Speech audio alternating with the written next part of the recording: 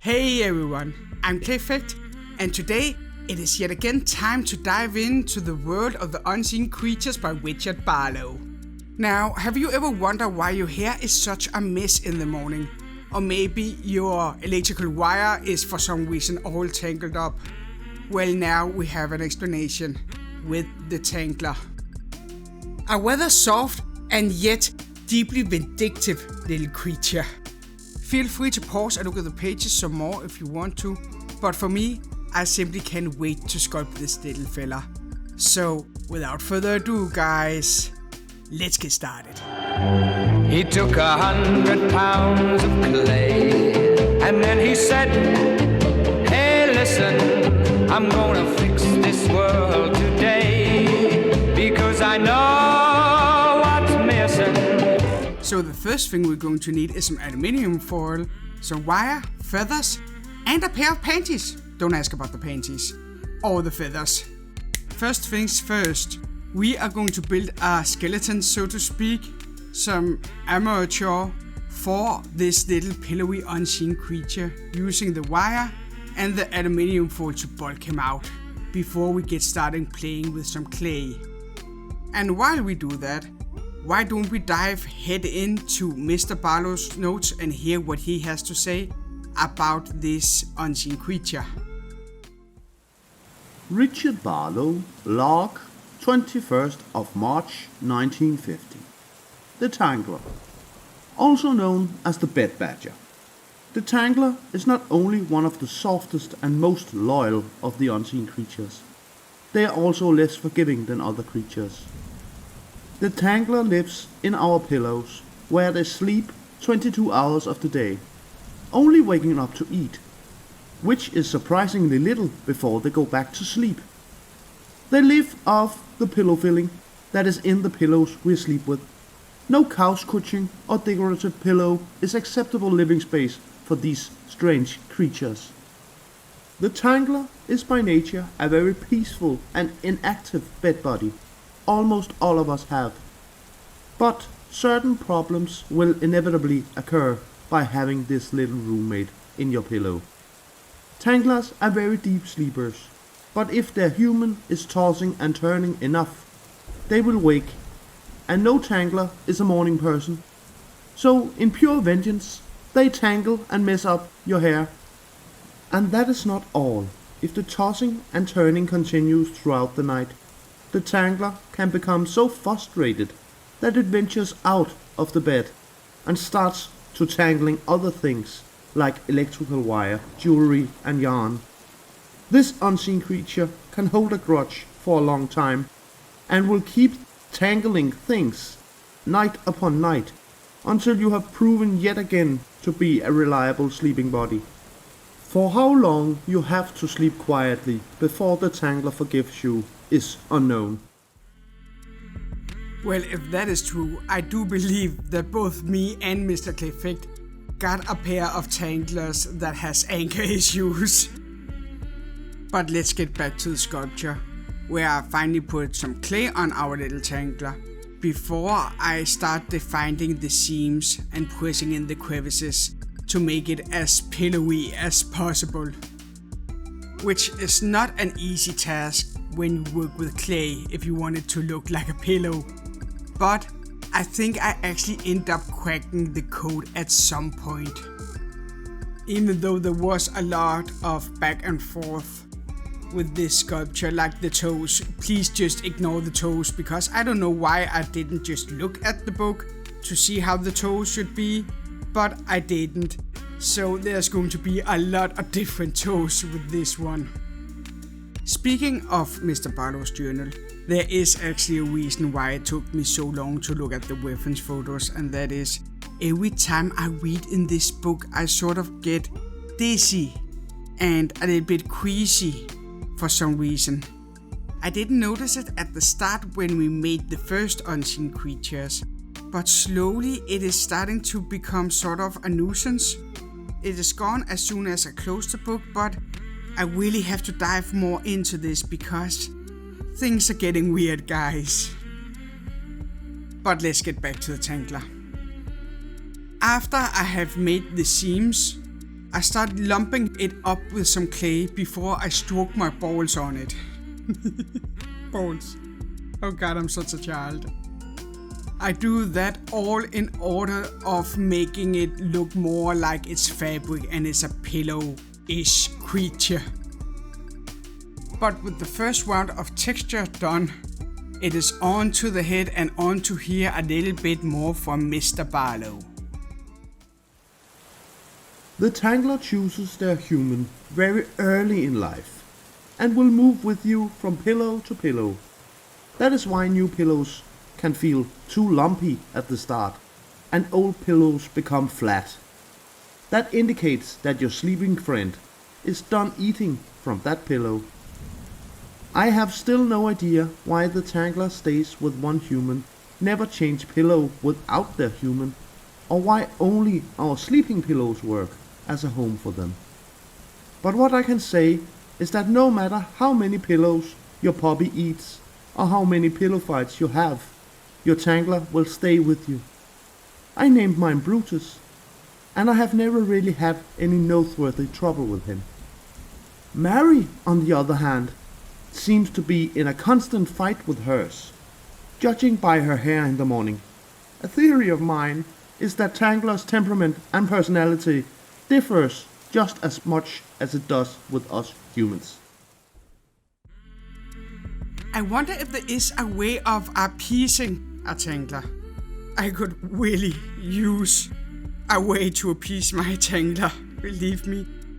But yet again, this journey seems to leave more questions than answers. Like with the eyes, for an example, there is a note about them having beautiful eyes, but still no explanation to why, if they have any sort of purpose. But I try to recreate it the best as I can. And I have to say, I am pretty proud of how the face turned out, even though it looks more bear-like than badger-like. But while I pluck our little Tangler's head on and give it some more details, why don't we hear a little bit more from Richard Barlow? The Tangler's appearance changes over time depending on the filling they eat, making it easy to blend in with the pillow. They grow throughout their lives and can become as large as a rabbit. Now it's worth mentioning that even though I have named it the Tangler, and it can become a rather troublesome fella, it is also vital in securing us a good night's sleep. Tanglers send out a low snoring sound, which stimulates our brain to give us good dreams. Without them, I am not sure any REM sleep would ever occur to us humans. So our symbiotic relationship with them is a very important one, even if it is an unknown one. So it seems like in the bed badger case here, that you really are what you eat. And for some reason I pictured an old lady head pillow, maybe even Mary's. So that is when the panties came into play, so to speak. I wonder though, is it called panties when there's legs in them? Maybe it's leggings? Boxers? I don't know. To me, this undergarment was so sturdy it was close to be magical for me. In a somewhat painful way. I mean, I cut and it didn't seem to want to give, and I wanted that blonde for the neck.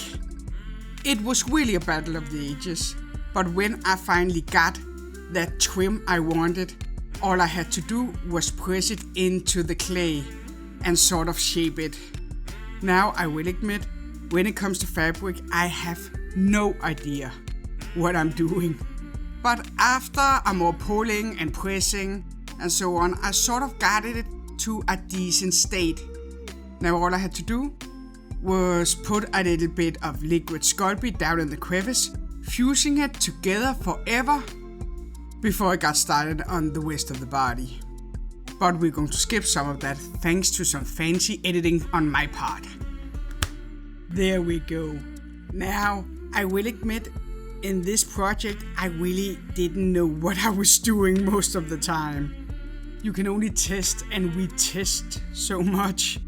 By the way, you should have seen Mr. Clayfect's face when he came home and saw the famous pair of panties in the oven. I needed to know if they could withstand the heat. But he is so used to it by now, he didn't even ask any questions. He just looked at me and said, "Don't forget your panties."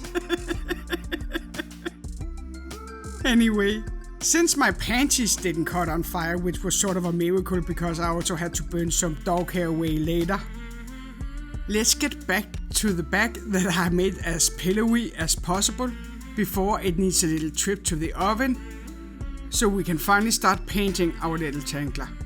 And while we do that, why don't we hear a little bit more from the Mystery Journal? As a side note personally for me, I am thankful that Brutus is as calm in nature as he is. Since I got fired, I have had many sleepless nights. I do odd jobs here and there, but my worries grow heavy. Especially now that little Maddie has entered the world. Money is sparse. Do not misunderstand, my daughter is very dear to me. She brings so much joy and crying to the family. But still, I'm worried what the future has in store for us if I don't find a steady job. Poor Mr. Barlow. It doesn't sound like his life were any easy at this point now, does it? Anyway, let's move on with the Tangler. Now, after I painted our little fella in a broken white, I went in with some washes to give it some shades before I went in with a more bright white, so to speak. And I actually do that a couple of times. Now, there is a reason to this madness. It's not just because I don't know what I'm doing. It is actually to make it as realistic as possible. So it's not just a dirty pillow or a new pillow, but it looks like a used pillow. With that done, I started painting the details, keeping the color scheme with this old woman-ish look that I was going for. Now I know a Tangler doesn't want a decorative pillow, but if an old woman sleep on a sort of puffy decorative pillow, then I guess a Tangler would prefer that. Now back to it. With the last paint on, it was time to decorate our little Tangler with some feathers. And while we do that, why don't we hear the last Richard Barlow has to say about the Tangler?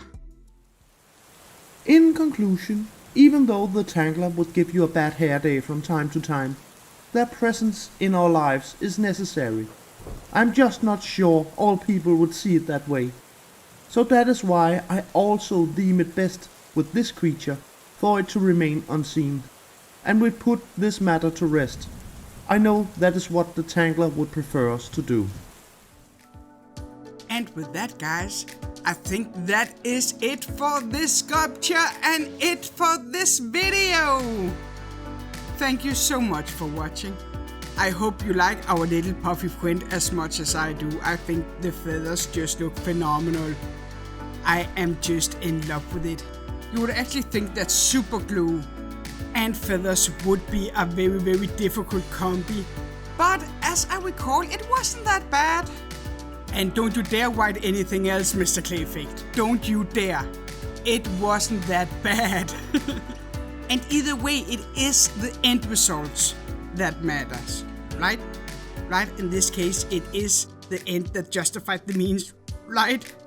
Anyway, unfortunately, guys, it is time for me to sign off. I hope to see you next time. But if you can wait until next time, why not click on the square to your right? Then you're going to see something I really can't remember what it's called. But it is another unseen creature. So until then, bye!